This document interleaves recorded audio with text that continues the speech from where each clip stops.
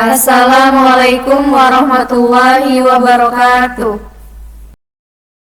Halo guys, di video kali ini kami dari kelompok Mangga akan membahas materi mengenai simbol, string, dan bahasa.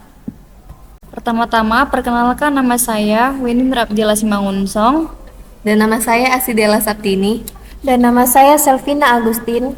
Simak terus video ini sampai selesai. Nah, hari ini kita bakal bahas sesuatu yang penting banget dalam dunia coding. Apa sih itu? Yang pertama itu simbol, string, dan bahasa. Ketiga ini merupakan hal yang sangat penting dalam dasar-dasar teori bahasa dan otomata. Penting banget buat kita paham apa itu simbol, string, dan bahasa karena nanti kita bakal sering pakai konsep ini. Pertama-tama, mari kita bahas tentang simbol. Simbol adalah representasi visual atau konseptual dari suatu objek, gagasan, atau konsep. Nah, ini tuh kayak gambaran atau representasi abstrak dari sesuatu, tapi nggak didefinisikan secara formal gitu. Contohnya, kalau kita sebut sapi, pasti langsung kebayangkan ya, entah warnanya, bentuknya, semuanya. Nah, itu kan simbol dari sapi. Dalam dunia sehari-hari, kita sering menggunakan simbol untuk menyampaikan pesan atau informasi tanpa menggunakan kata-kata. Misalnya, lambang hati sering digunakan untuk menyatakan kasih sayang, sedangkan lambang lingkaran dan silang digunakan untuk menunjukkan hal yang diperbolehkan dan yang tidak. Dalam konteks pemrograman atau desain game, simbol juga sangat penting. Kita bisa menggunakan simbol-simbol seperti ikon kunci untuk mempresentasikan akses, atau ikon koin untuk mempresentasikan poin atau nilai dalam permainan. Dengan menggunakan simbol-simbol ini, pemain dapat dengan cepat mengidentifikasi objek atau karakter dalam permainan tanpa harus membaca deskripsi panjang. Kemudian kita lanjut ke string. String itu kayak kumpulan huruf atau simbol yang disusun berurutan gitu. Misalnya A, B, C, dan D.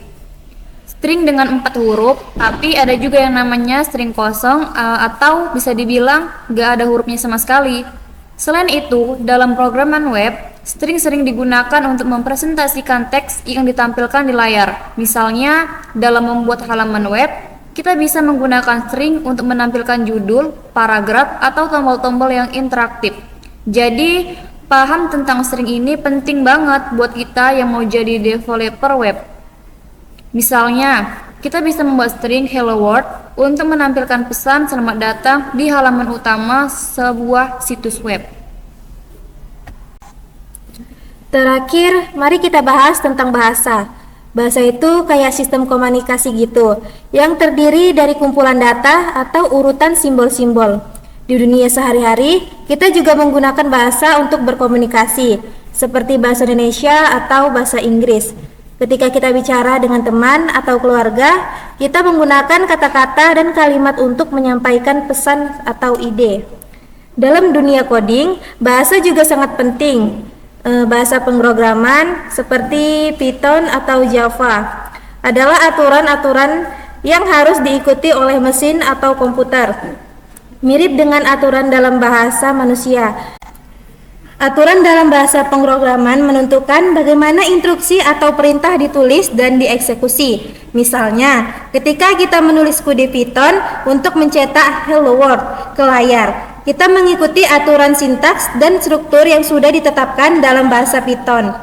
Dengan memahami aturan-aturan ini, kita bisa membuat program yang berfungsi dengan baik dan sesuai dengan yang kita inginkan. Jadi, dengan paham konsep simbol, string, dan bahasa, kita bisa lebih mudah memahami dunia coding. Semoga penjelasan ini bisa bermanfaat buat kalian semua ya. Makasih telah menonton, sampai jumpa di video berikutnya.